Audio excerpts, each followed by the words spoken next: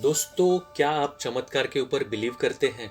अगर नहीं तो प्लीज आज की ये कहानी पूरी सुनिए, क्योंकि आज की ये कहानी एक सत्य घटना पर आधारित है। एक रियल हार्ट टचिंग, हृदय स्पर्शी कहानी है। दोस्तों, एक गांव में एक बहुत ही गरीब महिला रहती थी। उसको दो लड़के थे। छोटे लड़के का नाम था सरू और बड़े लड़के का नाम था गुड्डू। उस महिला का पति बहुत पहले ही गुजर गया था, तो उन दोनों बच्चों की जिम्मेदारी अब उस महिला पर थी। वो लोग बहुत ही गरीब थे। सरू तब 4 साल का था और उसका बड़ा भाई गुड्डू नजदीक एक रेलवे स्टेशन था, तो वो स्टेशन पर ट्रेन के रात में डब्बे धोने का काम करता था। और उनकी माँ दिन भर इधर उधर अलग अलग काम करके उन बच्चों के लिए खाने का इंतजाम करती थी। उनकी परिस्थिति बहुत ही खराब थी। एक रात उस महिला को नाइट शिफ्ट में काम के लिए जाना था और गुड्डू को भी रात में रेलवे स्टेशन पर काम के लिए जाना था। तो वो गुड्डू को बोलती है कि सरू रात में जब सो जाएगा तो तुम भी अपने काम पर निकल जाना। ऐसे बोलकर उनकी माँ काम पर निकल जाती है। लेकिन सरू ये सुनकर डर जाता है। उसे अकेले में रात को घर पर सोने की आदत नहीं थी, तो वो अपने बड़े भाई को बोलता है कि मैं अकेले घर में नहीं रहूंगा, मुझे डर लगेगा, तो इससे बेहतर यही होगा कि मैं भी तेरे साथ आता हूँ और सुबह माँ आने से पहले हम घर वापस आएंगे, तो माँ को भी पता नहीं होगा कि रात भर मैं तेरे साथ बाहर था। गुड्डू अपने छोटे भाई के साथ सरू के साथ सहमत होता है और वो उसे रेलवे स्टेशन लेकर जाता है। दोनों भी अपने पुराने साइकिल से वहां पहुंचते हैं तो गुड्डू सरू को एक बेंच दिखाता है और वो अपने काम के लिए जाता है।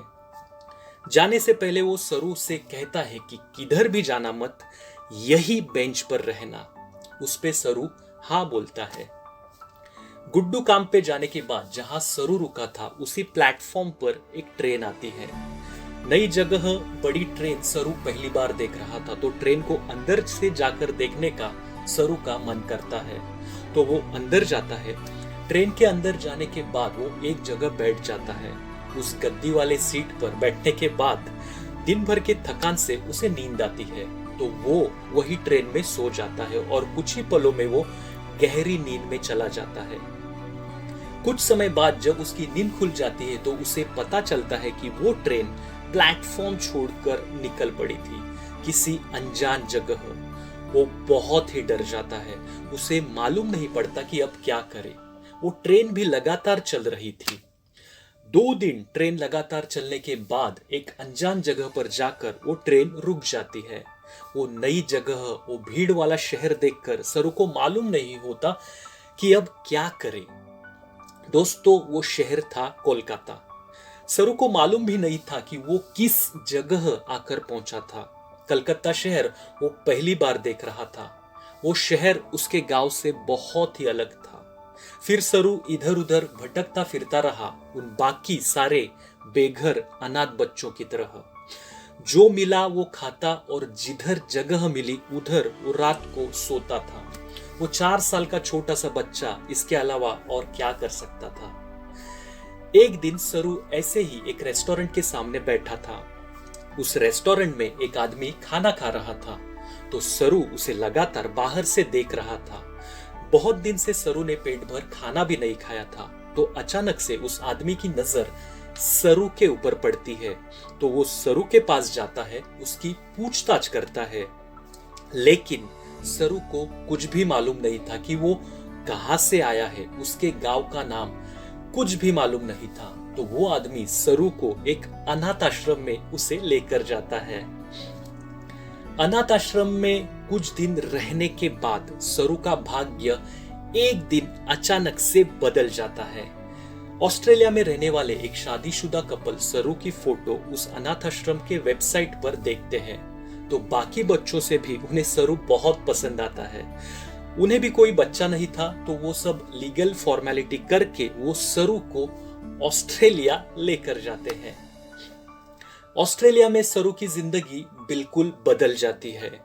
रहने के लिए बड़ा घर, बड़े स्कूल में पढ़ाई, अच्छे दोस्त, उसकी किस्मत अचानक से बदल जाती है। सरू अब धीरे धीरे ऑस्ट्रेलिया में बड़ा होने लगा, कॉलेज जाने लगा। उस ऑस्ट्रेलिया के उसके नए माता पिता ने सरू के लिए बहुत कुछ किया था। कॉलेज जाने के लिए उसे एक नई गाड़ी भी खरीद कर दी थी। इतना सब होने के बाद भी, सब उसे मिलने के बाद भी वो अपने उस छोटे से गांव को, अपने भाई को, अपने माँ को भूला नहीं था।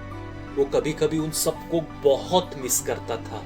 उसे पता भी नहीं था कि उसकी माँ, उसका भाई जिंदा होंगे या नहीं, क्या वो उन्हें फिर से मिल पाएगा भी नहीं। सरू ने अपने उस कमरे में भारत देश का एक बड़ा सा मैप भी लगाया था, लेकिन अपने इस इतने बड़े देश में उसका गांव कौन सा था वो उसे मालूम नहीं था। उसे सिर्फ उसके गांव की नदी के ऊपर का वो पुल यानी कि ब्रिज और उस रेलवे स्टेशन के आजू बाजू की कुछ यादें, कुछ तस्वीरें उसके मन में थी। उसे अपने गांव में फिर से जाके अपने माँ, अपने भाई से मिलना था। इसलिए वो अपने कंप्यूटर पर लगातार हर दिन घंटों वो गूगल अर्थ पे सर्च करते रहता कि कुछ हिंट, कुछ क्लू उसे मिले, कुछ सिमिलर चीजें उसे दिखे। पिछले 8 सालों से उसका वही काम चल रहा था और 8 साल के उसके मेहनत का फल उसे एक दिन मिलता है। अचानक से उसे एक दिन गूगल अर्थ पर भारत के उन 10,000 में से उसे वो सिमिलर रेलवे स्टेशन दिखाई दिया, वो नदी, वो पुल दिखाई दिया। उस दिन वो बहुत खुश होता है। उसे अपने आंखों पर भरोसा नहीं होता। अपने उन नए माता पिता को बोलकर वो तुरंत फ्लाइट पकड़ के इंडिया आता है। ऑस्ट्रेलिया जाने के बाद आज वो 25 सालों बाद इंडिया आ रहा था। अपने घर के रास्ते पर चलते हुए उसके मन में बहुत सारे विचार आ रहे थे, जैसे कि उसकी माँ, उसका भाई उसे मिलेंगे या नहीं, क्या पता उन्होंने अगर रहने की जगह चेंज की हो। इतने में कोई तो पीछे से आकर उसे जोर से कस के पकड़ता है।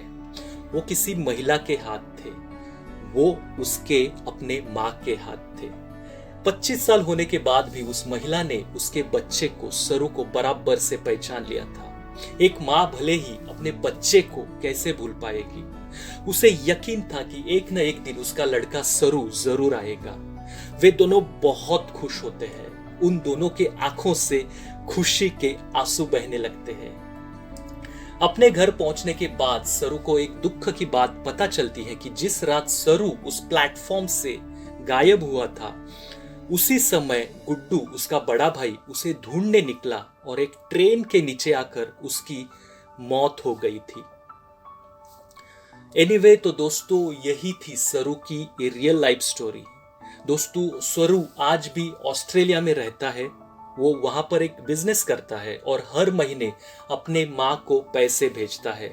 सरू के इस रियल लाइफ कहानी के ऊपर एक मूवी भी बनी थी जो बहुत हिट हुई थी। बहुत लोगों ने सरू को कहा था कि तुम अपने फैमिली को नहीं मिल पाओगे, और ऐसे ही सरू के माँ को भी बहुत जन ने कहा था कि तुम्हारा बेटा अब वापस नहीं आएगा। लेकिन 25 साल के बाद एक माँ और बेटा एक दूसरे को मिल गए। कहते हैं ना, जिसी भी चीज को तुम पूरे शिद्दत से चाहोगे तो पूरी कायनात तुम्हें वो पाने के लिए मदद करेगी। दोस्तों, ये सारी दुनिया उम्मीद के ऊपर कायम है, इसलिए किसी भी परिस्थिति में कभी भी हार मत मानो। दोस्तों, आज की ये सरू की रियल लाइफ स्टोरी हमें बहुत कुछ सिखाती है। Anyway, at the end, thank you very much for listening to me. Thank you very much for everything. Please always be careful, always take care, and love you all.